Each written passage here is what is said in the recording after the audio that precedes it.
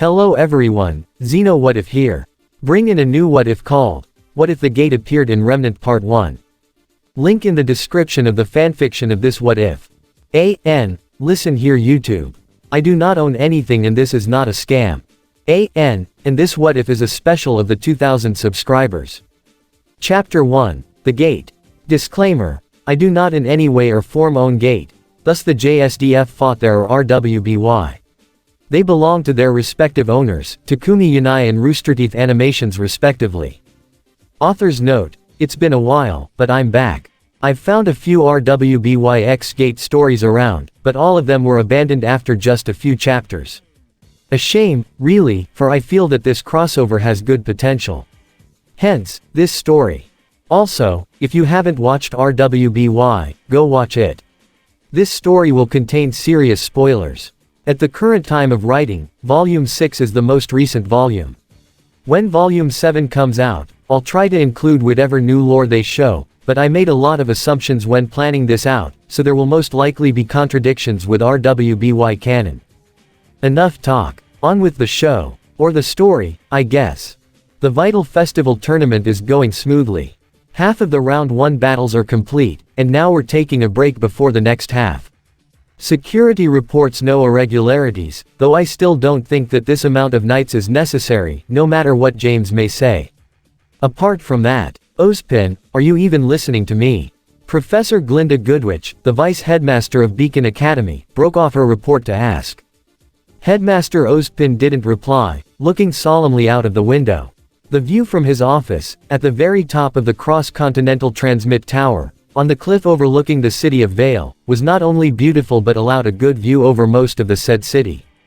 It was over this city that Ozpin gazed, unmoving, his hands resting on his cane. Ozpin, Glinda prompted. Something is wrong, Glinda, Ozpin replied, so quietly that she almost missed it. Still, he didn't move. Glinda stepped over to join him in looking out. The city of Vale was sprawled out before them, majestic, complicated, and peaceful. Ever since the breach a few weeks ago, the city had known peace. The Grimm had been driven away and the breach repaired, Roman Torchwick had been locked up and even the White Fang had quietened down. Glinda saw no problems. What's the issue? Ozpin turned his head, just enough to look at her. The look in his eyes spoke volumes of his concern as he replied, magic. I sense powerful forces at work. Glinda's brows furrowed, is it, her? I do not know, Ozpin admitted, lowering his head, it seems different from the usual. Like something alien trying to enter our world. That's troubling, Glinda agreed, then fell silent for a moment. Well, then all. Ozpin's scroll buzzed to life, interrupting her. He fished it out of the pocket, accepting the call. Kiro, you're back, Ozpin asked, recognizing the number. Kiro Bronwyn, one of his trusted lieutenants, had been assigned to look around Remnant. If he was back, did he finish his objective, or was something bad about to happen? No shit, Oz. That's not why I called you. You seeing this thing? Kiro asked. A video flickered to life on the screen, shot in real time. It showed a massive stone gate in the center of the fairgrounds, unlike anything he had ever seen. It was built out of simple stone, without any sign of technology on it. Any idea what it is? I hope you do because I'm not drunk enough for this. Ozpin scanned the image, but it was impossible to identify anything of use from the low quality. As such, he decided, keep an eye on it, Kiro. I'm on my way. Then, as the video began to show curious people approaching it, he added, and try to keep the civilians away. Headmaster Ozpin was not the only person whose attention was drawn to the mysterious gate. From his flagship, the Hyperion, a metal fortress flying over the city, General Ironwood looked at the readings flooding in.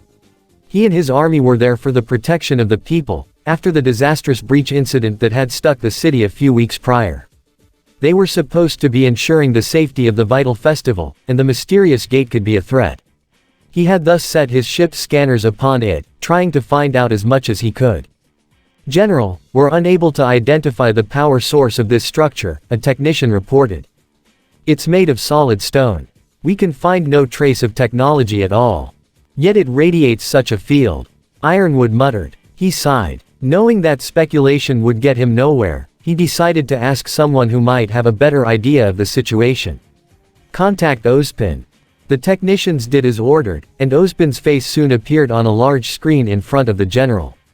From the background and shaking, James realized that Ozpin was heading straight for the gate. Ozpin, do you know what's happening? Where did this thing come from? James demanded, getting straight to the point. He had been supervising the tournament, ensuring that nothing bad befell the kingdom while the first round took place. It was soon after the end of the first half that his soldiers saw and reported the presence of the gate. Whatever it was, it definitely was a possible threat to the safety of the citizens, and hence his responsibility. Camera footage showed that the gate simply appeared, as though it simply phased into existence. Atlas was the most technologically advanced kingdom on Remnant, and the event still baffled his scientists. I have no idea, James, Ozpin responded, seeing as how you just called me, I'm assuming you had nothing to do with this either.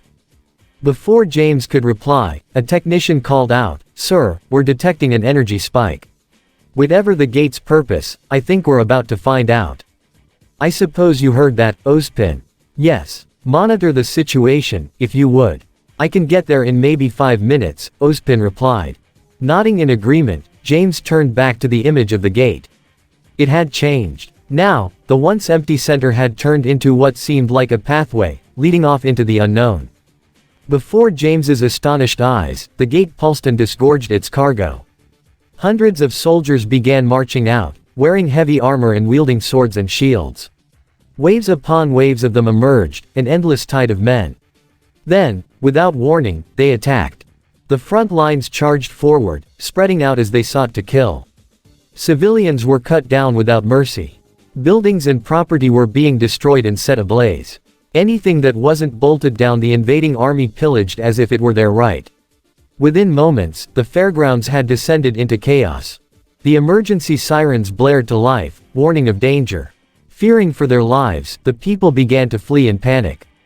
Ozpin reacted faster than Ironwood. You brought your army to my kingdom, James. Use it.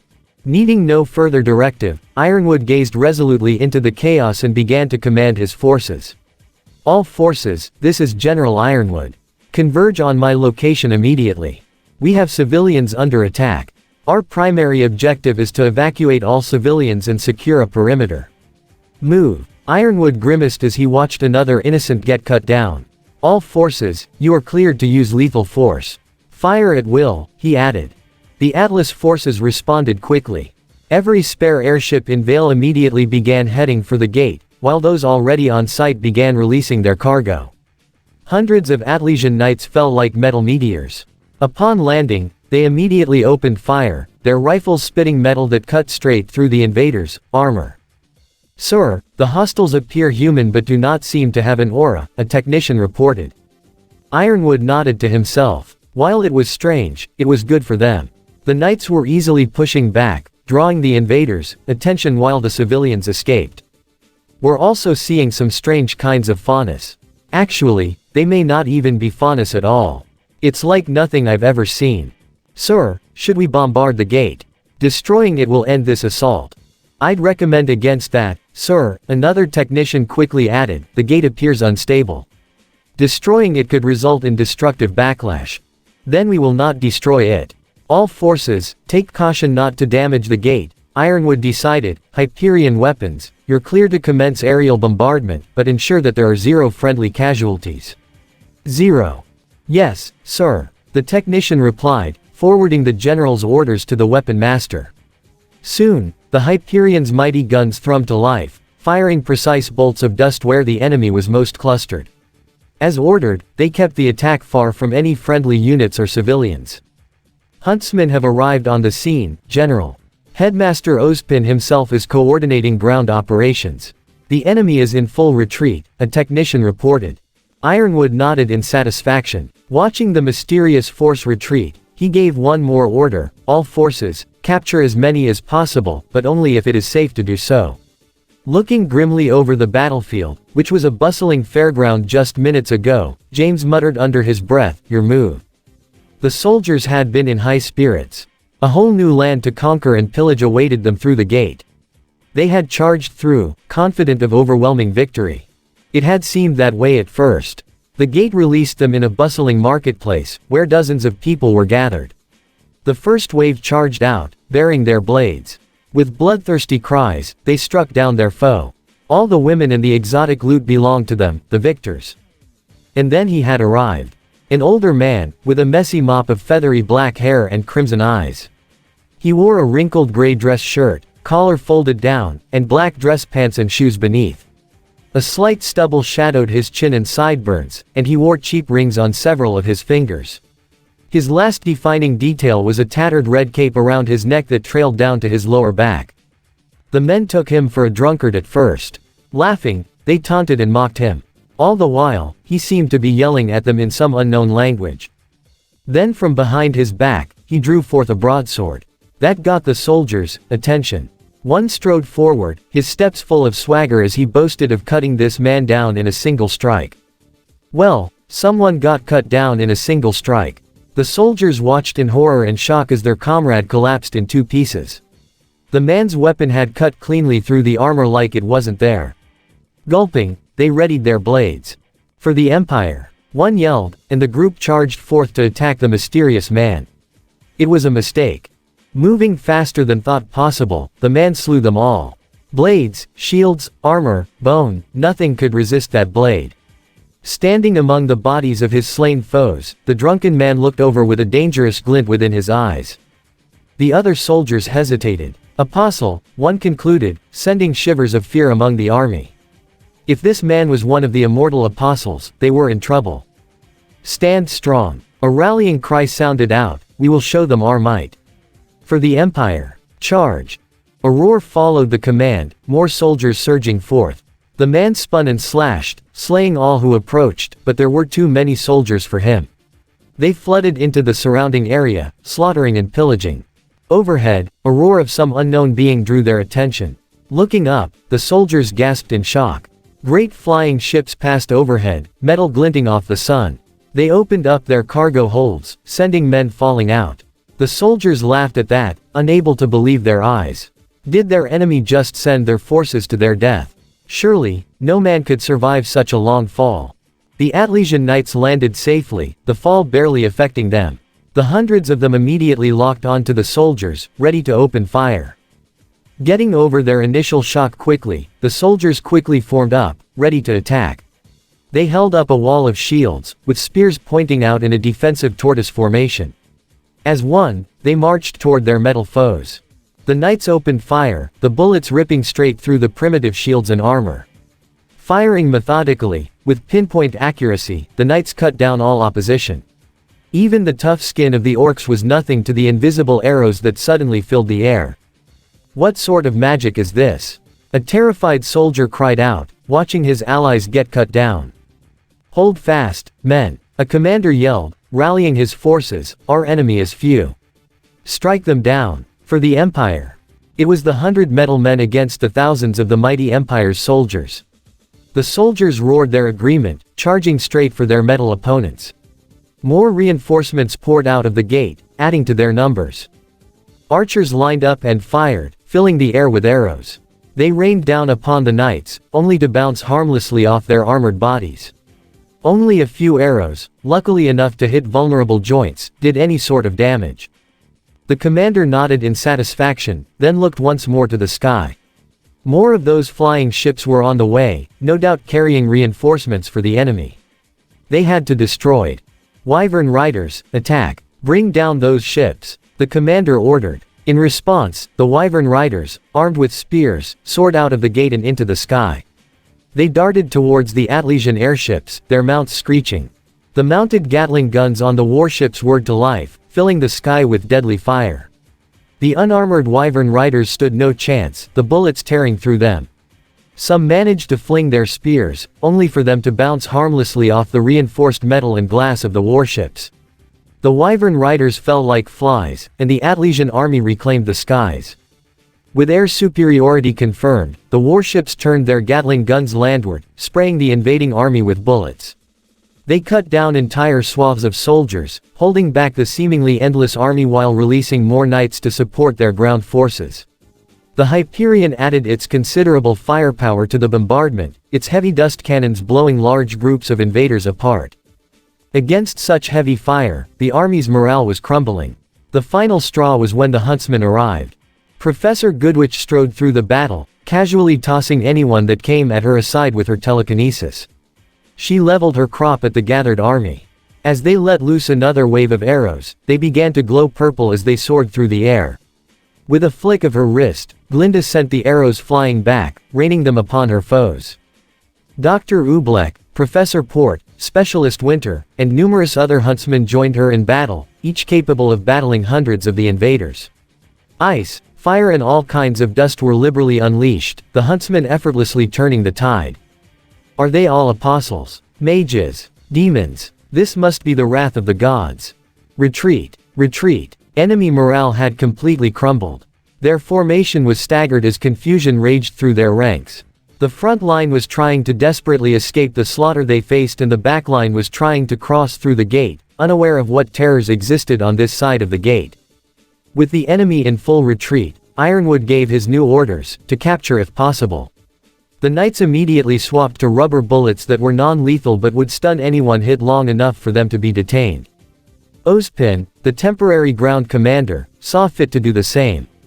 The huntsmen under his command switched to less lethal methods of attack.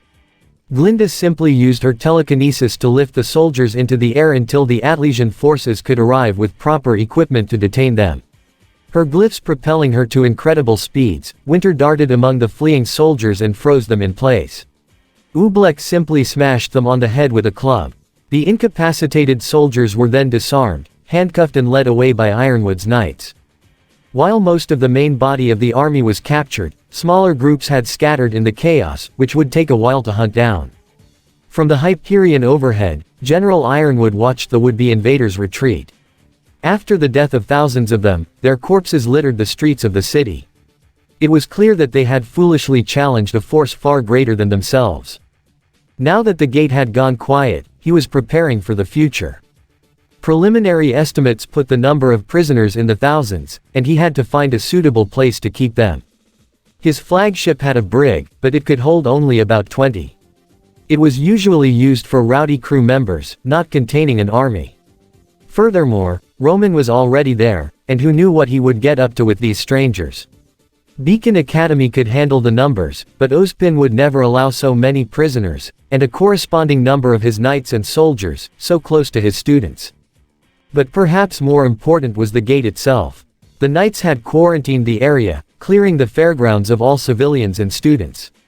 His soldiers, knights, huntsmen and even a squad of the experimental paladins were now clustered around the gate, just in case another wave came. But where did the gate lead? What powered it? What were the faunus-like beings that his soldiers had captured? Questions kept piling up, but there were no answers to be found. Prepare the prisoners for interrogation, Ironwood ordered. In the meantime, keep the gate locked down. If so much as a rat comes through it, I want to know. Suddenly, the automated warning system sprang to life.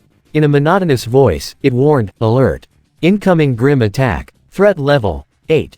Then the Grim attacked. Chapter 2, Grim. So, you think you guys are ready? Ruby asked JNPR. Nora answered energetically, of course. We've got a world-renowned fighter on our team. One's basically ninja. I can bench 5 of me. She trailed off, not sure what to say for their leader. John, she said sheepishly. We trained all year, our weapons are awesome. Glinda barely yells at us anymore, and John, she finished brightly. Are you gonna take that? Ren asked his slumped-over friend. Still feeling sick, John didn't even look up as he moaned, she's not wrong.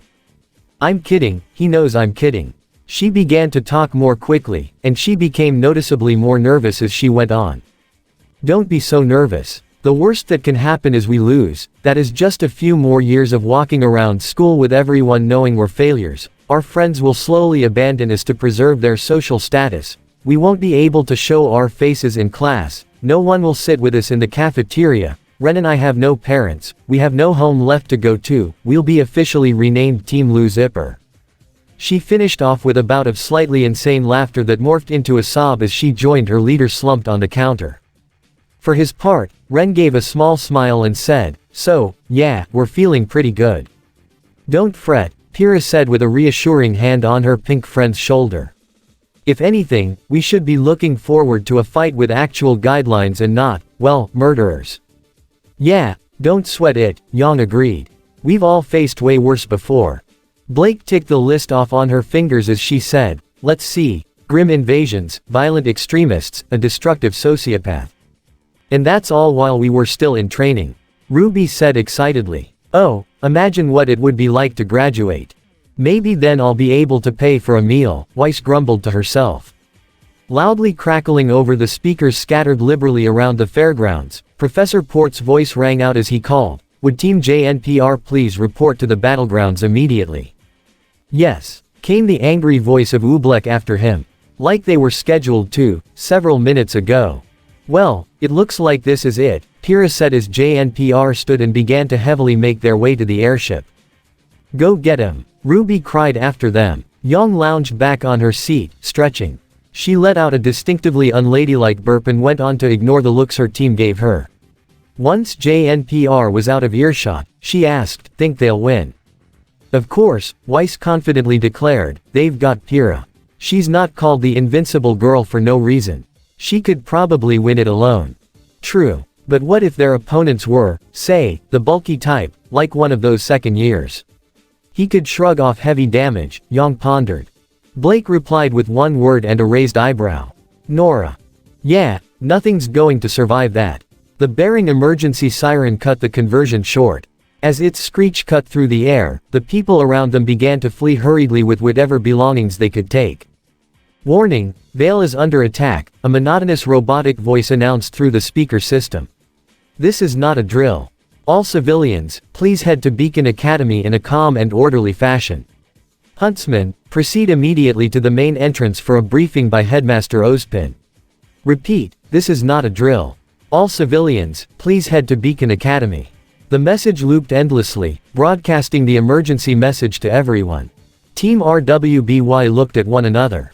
To Beacon, RWBY decided, hurrying off. Her team followed. What's happening? Yang asked. Her answer came into the form of shouting. The noodle stand and Beacon were on opposite ends of the fairgrounds. To get to the safe zone, they would have to cross the heart of the fairgrounds, right where the mysterious gate had opened up. RWBY slowed to a stop as they took on the sight before them. Fires burned freely, pumping black smoke into the air. Massive numbers of soldiers in unknown armor spread out from the gate, looting and burning all in their way. And worst. RWBY gasped, covering her mouth as she watched a man get impaled on a spear. He collapsed, blood spurting freely as the soldier tore his weapon out. Laughing cruelly, the soldiers kicked the dying man for good measure, before turning their leering gazes onto a woman, who was crying. RWBY pulled out her scroll, entering a familiar command into it. RWBY, what are you doing? Her sister cautiously asked. I'm not letting anyone else die, she replied, staring at the horror taking place in front of her. The soldiers were laughing as they ganged up on the defenseless woman, kicking her as she lay prone. She would not stand for this. With a roar of flame, her locker landed beside her. Retrieving Crescent Rose, RWBY noted grimly that its arrival had drawn the soldiers' attention. Good. We're not trained for this, RWBY, Weiss warned, the Atlesian forces are on their way. Let them handle this. And by then it would be too late. We're the ones closest, who can make a difference, RWBY argued.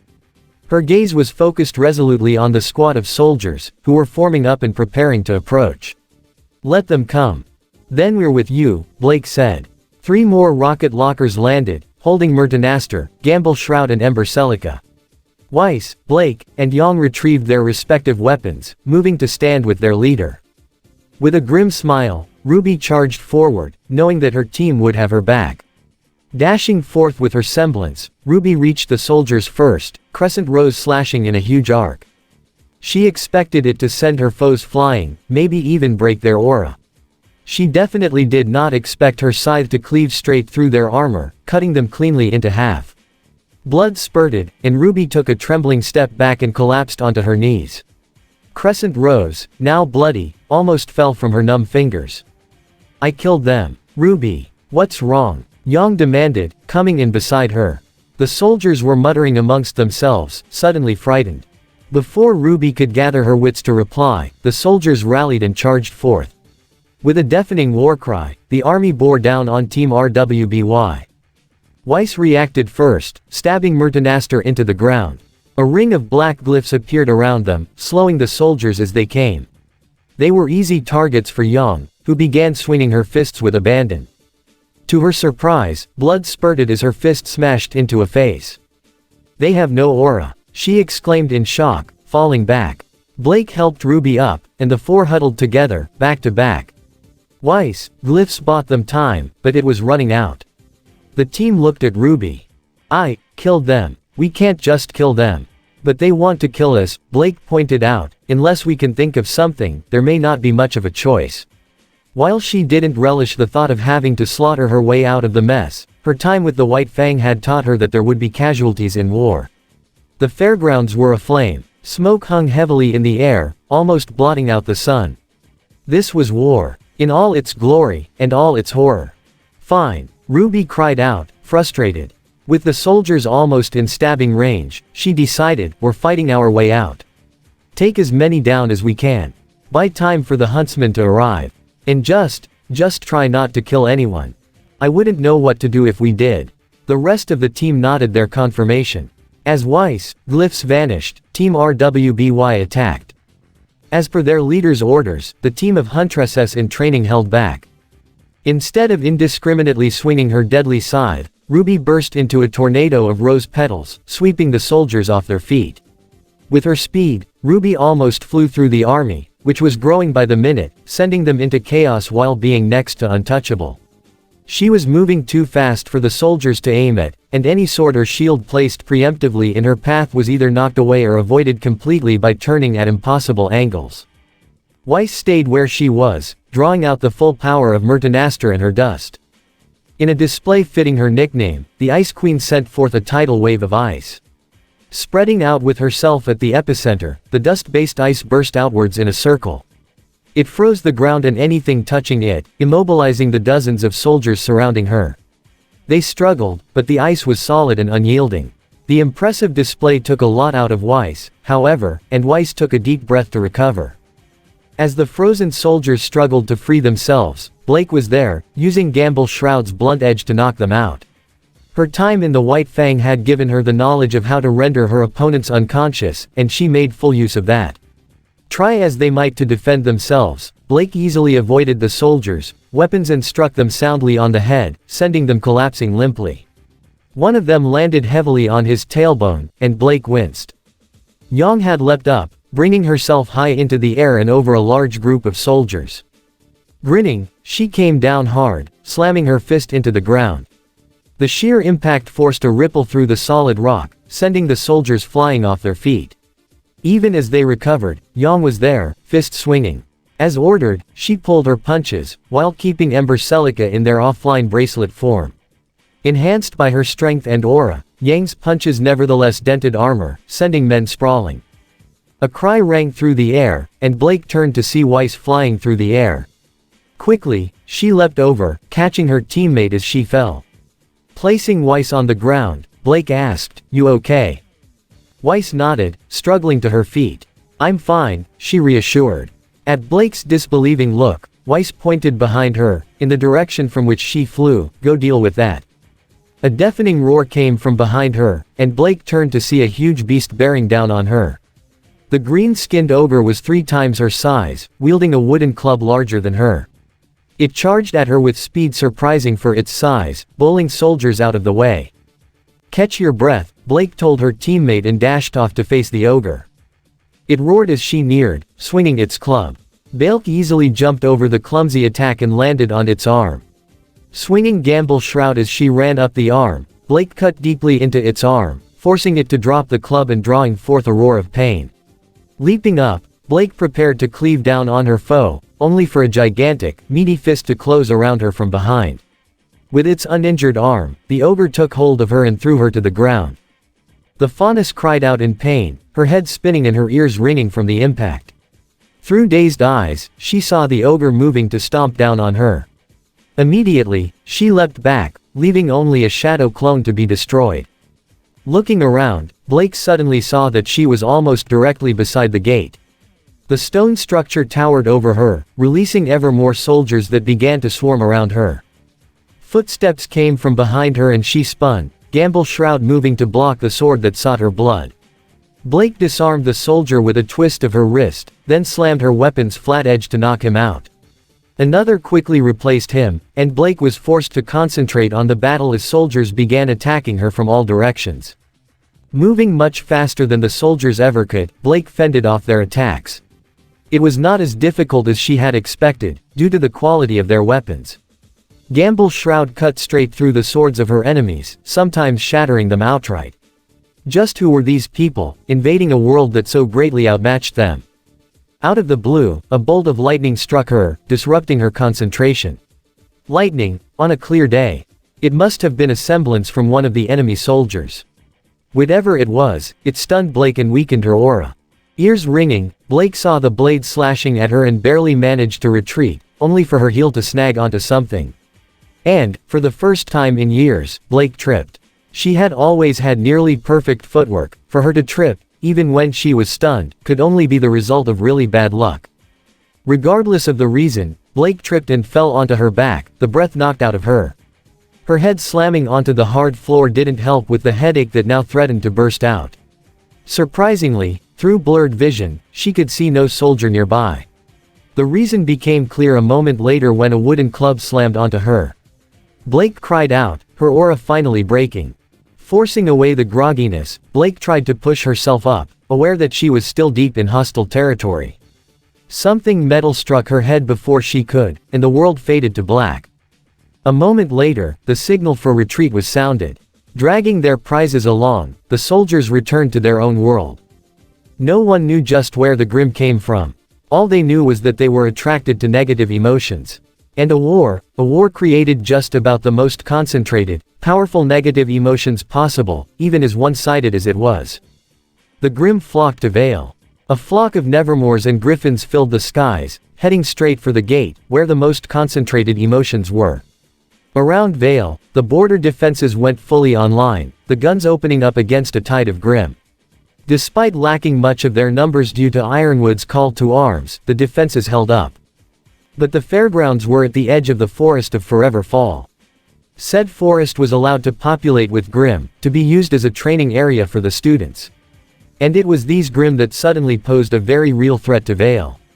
Luckily, the squads of knights were still at combat readiness. They immediately turned to face the new threat, firing with deadly accuracy. The first of the Grim to reach them, the wolf-like Beowulfs and the rolling Borbatusks, were cut down by the walls of Iron Knights. The slower Grim soon followed. The bear-like Ursas, the two-headed King Tygetus, and the flying Nevermores launched their attack, a terrifying wall of shadowy creatures intent on utter destruction. On his flagship, General Ironwood looked impassively at the new threat. A war had just been fought, and it was no surprise to him that it would attract large numbers of Grim. Air forces, focus on the Grim, Ironwood ordered. Gate containment units, do not engage. All other forces, prepare to repel the Grim. Protect the city. Somewhere below, Ozpin was too commanding his forces. This is what you've been trained for, hunters. Do not let these Grim take our city. The hunters entered the fray, bringing the Grim charge to a dead halt. The two forces clashed, yet another battle in the eternal war of light against dark. Experienced in such combat, the Huntsmen held the line. The squads of soldiers that hid in the forest, however, fared poorly.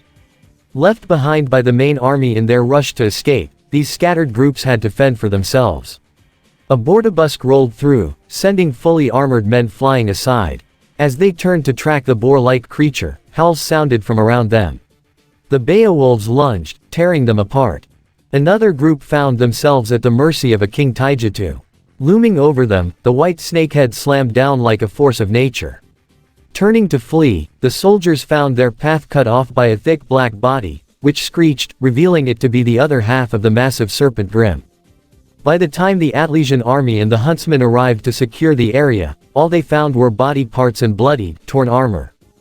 Chapter 3, Counterattack. The Grim have mostly been killed. The stragglers are being hunted down. Good work, General Ironwood commented. Casualties. No human fatalities, sir, but we've got plenty of injured troops. None life-threatening. Several Huntsmen are also injured. All are receiving treatment. 2 paladins destroyed, the others are repairable. About 30% of the knights fell to the Grim, but the majority is still ready for service. Current civilian casualties unknown, sir, but many are safe within Beacon Academy.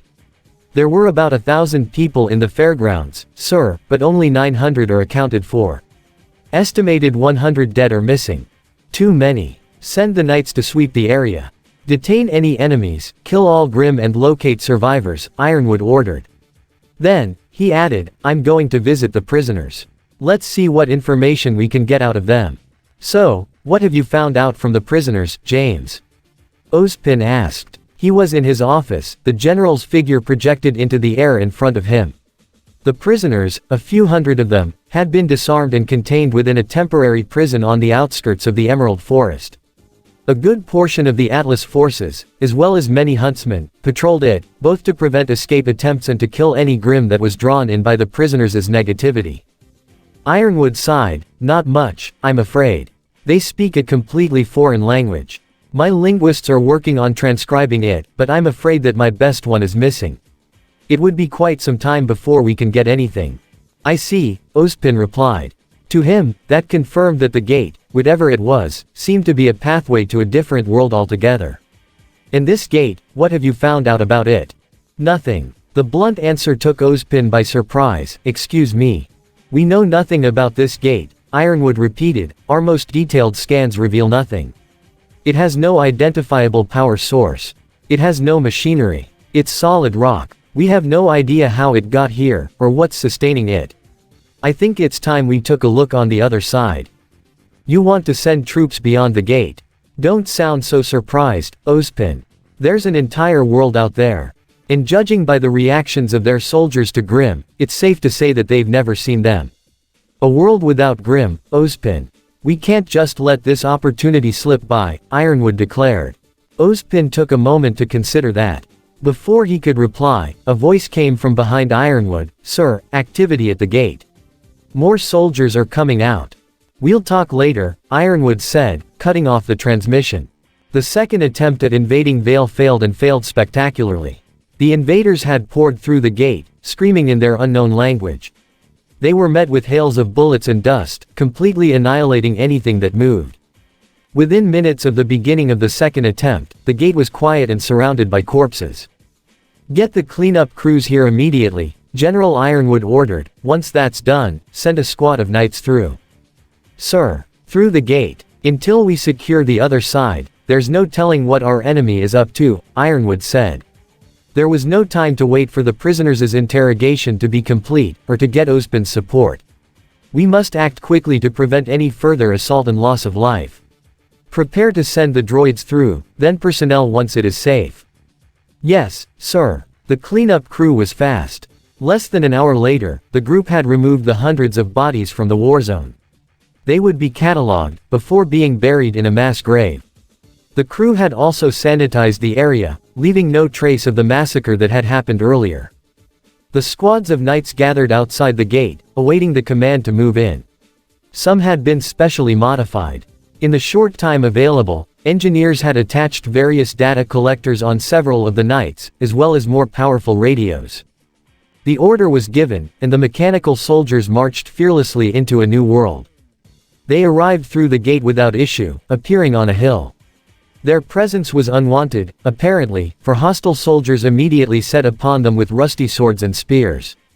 The primitive weapons did mostly cosmetic damage, unless they struck vital components, while the knights mowed them down with a few rounds. Hostiles eliminated. Area secure, the leading knight reported back to the general, who was still back on Remnant, on the other side of the gate. They then spread out, scanning the area. All systems functioning perfectly, sir, a technician added. Good. Send in more knights and begin constructing fortifications. Gets paladins through as soon as possible, Ironwood ordered. Sir, are we expecting trouble? Ironwood glared at the soldier who spoke out. We just destroyed their army and walked into their home. Yes, I expect trouble. Move. Sir. RWBY. The subject in question looked up from her bed to see the blonde man enter Team RWBY's dorm. He was wearing brown cargo shorts and a brown leather vest over a tan dress shirt, with the right sleeve cut off. Ruby recognized him immediately. "Dad?" she asked, wiping her eyes. Without waiting for a reply, she darted over and enveloped him in a crushing hug. Taiyang Xiaolong, having raised the energetic girl, was used to such acts and managed to brace himself. Nevertheless, he could feel that something was wrong. For one, the room felt strangely empty. "Where's the rest of your team?" he asked, setting Ruby down. "Weiss is with her sister, Yang's in the gym." "Blake," Ruby's voice hitched. "Blake," she finished sadly. His daughter's tone set off warning bells in his head. Cautiously, Tai asked, "What happened?" We were at the fairgrounds, then that gate appeared. To get to Beacon, we had to go through them. We could have just ran past. But I tried to be the hero. I told the team to fight, to buy time for General Ironwood's guys to come. It was my fault, Dad. All my fault. No, a new voice denied. Tai and Ruby turned to see Weiss at the door, a stern expression on her face. It was obvious that she had heard everything. "You did not force us to fight. Me, Blake and Yang chose to follow you, Ruby. This is not on you." "Wait, what happened, exactly?" Tai asked, still confused. "She didn't tell you?" Weiss asked. Before Tai could answer, she continued, "No matter. Blake went missing during the fight. We believe that she was taken through the gate, and Ruby's uncle Kiro confirmed it." Tai's first thought was, Kiro was there. Before he could articulate it, Ruby blurted out, "I got Blake captured, Dad." "Nope," Tai denied. Without allowing time for Ruby to refute it, he continued, "You did exactly as a huntress would, Ruby. You recognized a threat, you took action, and you did the very best you could. It wasn't good enough. People still died, and Blake got taken. We should have just run. You can't save everyone, Ruby. Besides, the actions of your team saved numerous people. You brought them time to get to safety. You knew the risks of going in, and so did the others," Tai reassured her, laying a hand on her shoulder. "But Blake," Weiss cut in sharply, "wouldn't have changed a thing.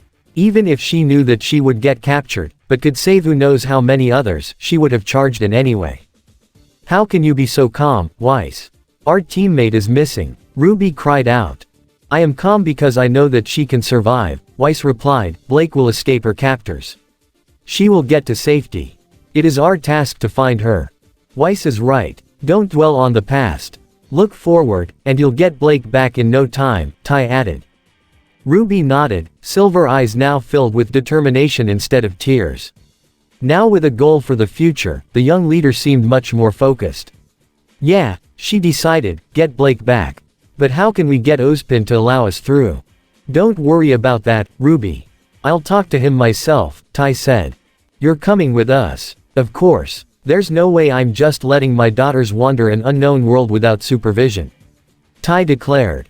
Ruby finally smiled. "Thanks, Dad," she said. Then the smile slipped. Young, she didn't take it well either. "I'd thought not. Don't worry, I'll go knock some sense into that thick skull of hers.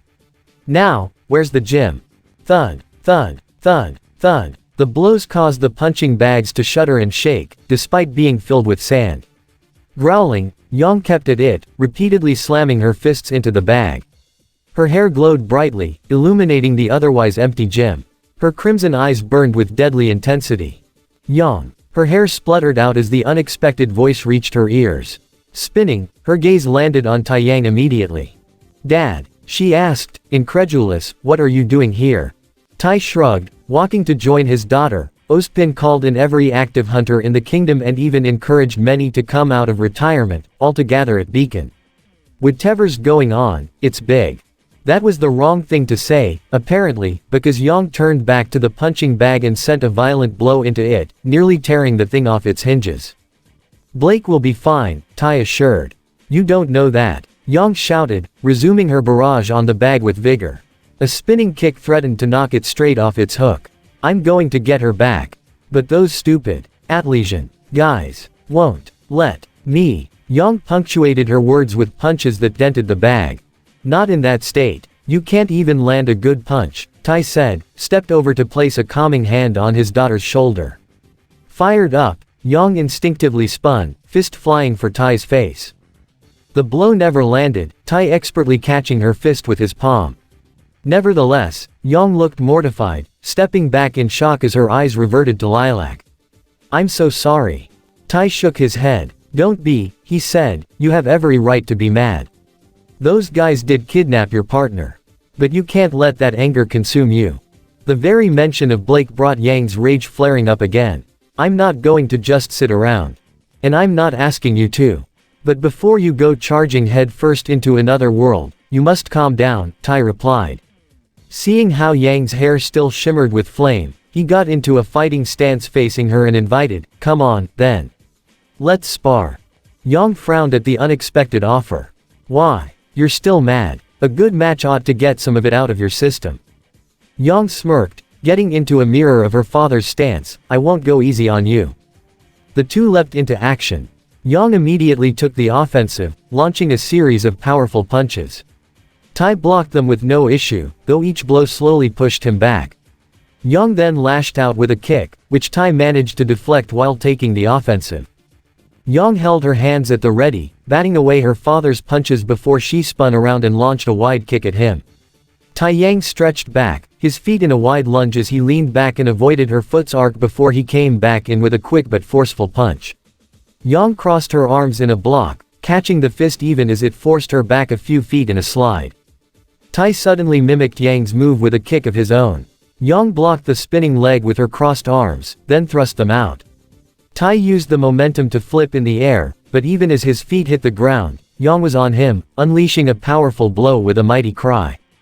Now Tai slid back, absorbing the blow. "Not bad," he commented, "but you're still distracted." "Of course I'm distracted. My partner's gone," Yang shouted, charging forth once more. Those red eyes burned once more as she threw all her strength into a single punch. Tai dodged it effortlessly. While she was off balance, he countered with a few quick jabs, sending Yang stumbling. "You can't afford to be distracted, Yang. Not now." "What do you know?" Yang growled. Recovering, she lashed out again, fist seeking to strike down her opponent.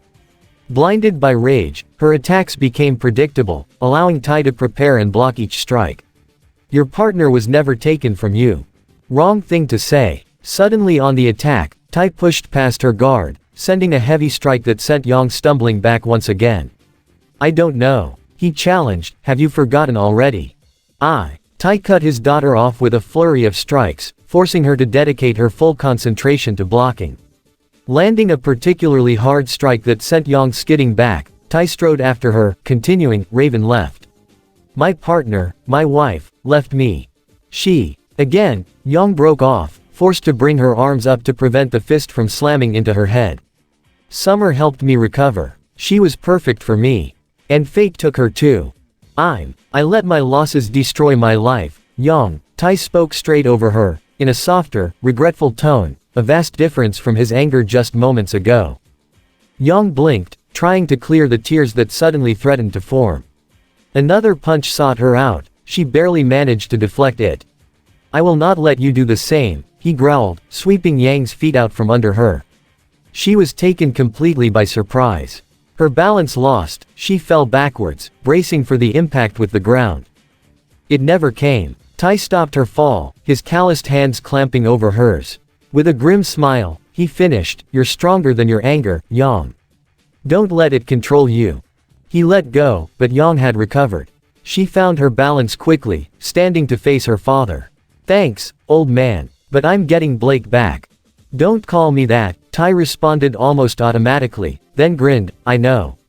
Your sister pretty much said the same thing. And I'm coming with you." "Well then, I hope you can keep up, old man," Yang teased. "May I remind you that I just kicked your ass?" Tai pointed out. Yang laughed. Then she realized, "You know, this feels a lot like when I got Blake to stop stressing herself out about the White Fang a couple of weeks ago." "Thanks, Dad." Tai waved it away. "I've not been a very good father for you, Yang. It's about time I started." "Yeah, about that," Yang winced, "sorry for." "It's fine," Tai cut her off. Before she could press the issue, he continued, "Go take a shower, then find Ruby. She could do with her sister nearby." Tai internally congratulated himself as he watched Yang leave. He had brought both his daughters back on track in a day. That definitely called for a celebration. Then he sighed. He still had to actually talk to Ozpin about actually going through the gate. Where was his office again? And where was Kiro? An emergency meeting was called in the Empire's capital days after the attack. Opening the discussions was the main speaker. Your Majesty, forgive my rudeness, but it seems that there has been a grave error, the loss of a sixth of our Empire's total fighting strength. How do you intend to compensate for this unprecedented disaster? Your Majesty, just how does the Emperor intend to lead this country?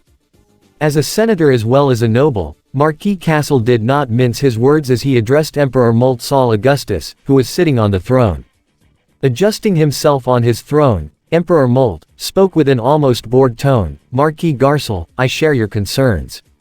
I, too, spend sleepless nights, worried about foreign lords rising against us as one.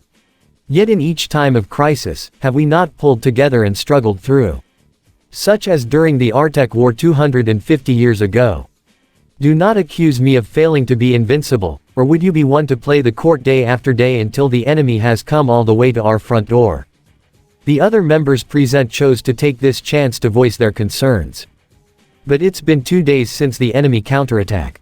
Our expeditionary force was destroyed and the gate has been seized. The enemy used invisible magic arrows. Our soldiers were completely annihilated. I have never seen such terrifying magic. And they had the service of apostles. Many of them. Then fight. If our forces are insufficient, then we can just gather more troops from our vassal states. The bickering continued for some time, steadily degrading as insults flew. The meeting was on the verge of turning into a brawl when the Emperor slowly stood from his throne, having had enough. The chatter died, and all present listened to what Molt had to say. We cannot remain idle at this point. That leaves us no choice but to fight. Send envoys to request reinforcements from our vassals. In order to combat these invaders from another world seeking to conquer our continent, we will muster the full might of the army of unified kingdoms and recapture Alnus Hill. Molt declared. The military leaders cheered. And this at the end of part 1 of this What If. Hope you guys like it. Do not forget to leave a comment down below and subscribe to the channel.